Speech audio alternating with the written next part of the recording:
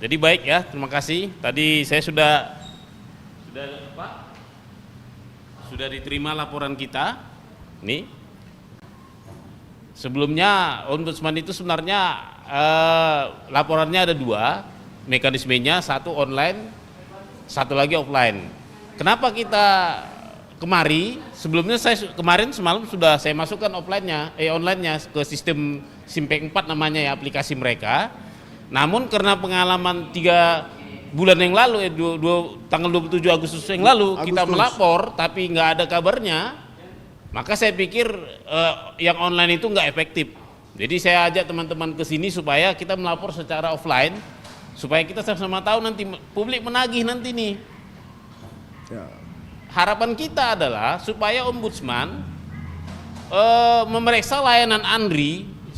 Kenapa dia tidak bisa memberikan dokumen arsip ijazah mantan presiden kita tahun 2014 sama 2019, mantan gubernur DKI kita tahun 2012, mantan wali kota Surakarta tahun 2005 dan 2010.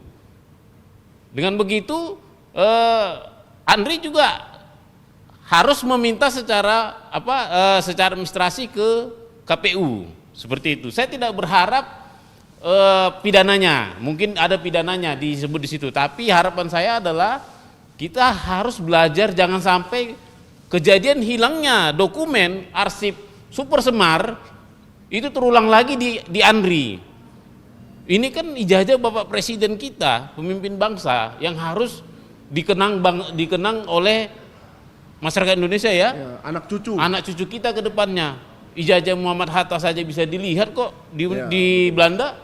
Bayangkan itu betapa bangganya Universitas Rotterdam ya terhadap alumninya. Ini seharusnya yang begini-gini, apalagi kita ya, seharusnya kita bangga punya presiden dari UGM lagi. Iya, UGM, Putra Solo. Seperti ya kan? Itu.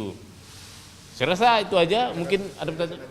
Siapa aja yang dilaporkan, Pak? Oke, yang saya laporkan itu adalah pertama pasti ANRI selaku pihak pertama yang memberikan layanan dokumen.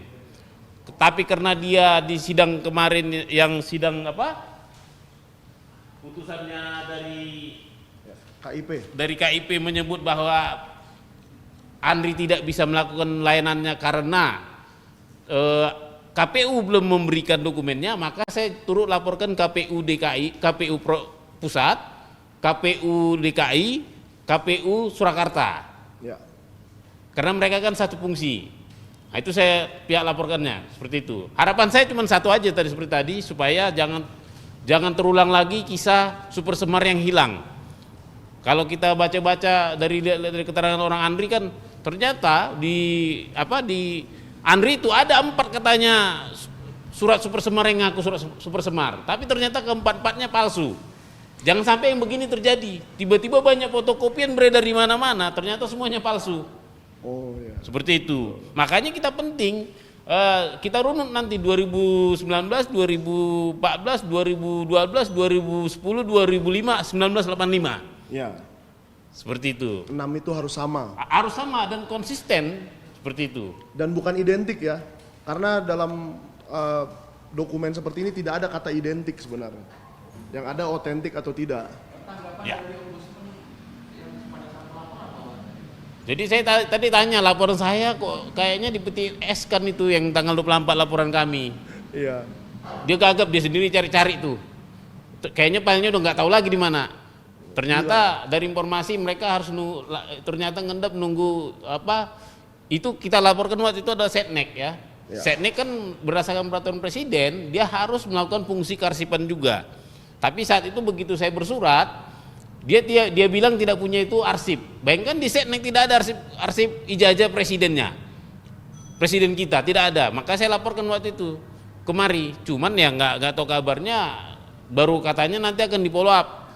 Makanya tadi kita belajar dari pengalaman. Saya paksa harus offline. Saya nggak mau online lah, saya bilang nggak ada kabarnya, offline aja. Biar nanti kita yang ngejar ya, seperti itu. Saya bawa barang bukti adalah pertama surat dari Lembaga Kearsipan Daerah Surakarta yang menyatakan dia tidak punya barang, dia tidak punya ijazah wali kotanya. tahun 2005 baik 2005 maupun 2010. Yang kedua, saya bawa barang bukti surat pernyataan jawaban dari atasan PPID Sekda DKI yang menyatakan bahwa Lembaga Kearsipan Daerah DKI juga tidak menyimpan arsip itu. Dan yang ketiga adalah salinan putusan dari KIP yang menyatakan bahwa Andri juga tidak punya barang itu. Jadi ini misterius juga ini. Semoga aslinya ya mungkin lebih misterius fotokopiannya daripada aslinya. Kalau aslinya kan udah terlihat kan? Sudah di Polda Metro Jaya.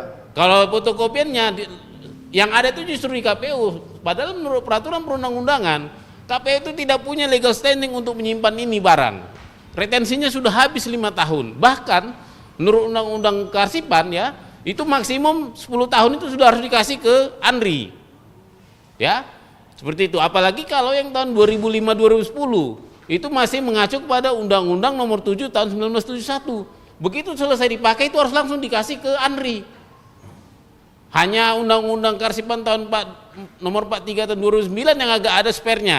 Ada jawab namanya jadwal retensi arsip yang diatur ya minimal 5 tahun, maksimum 10 tahun baru diserahkan ke Andri. Seperti itu. Kasih ya teman-teman ya.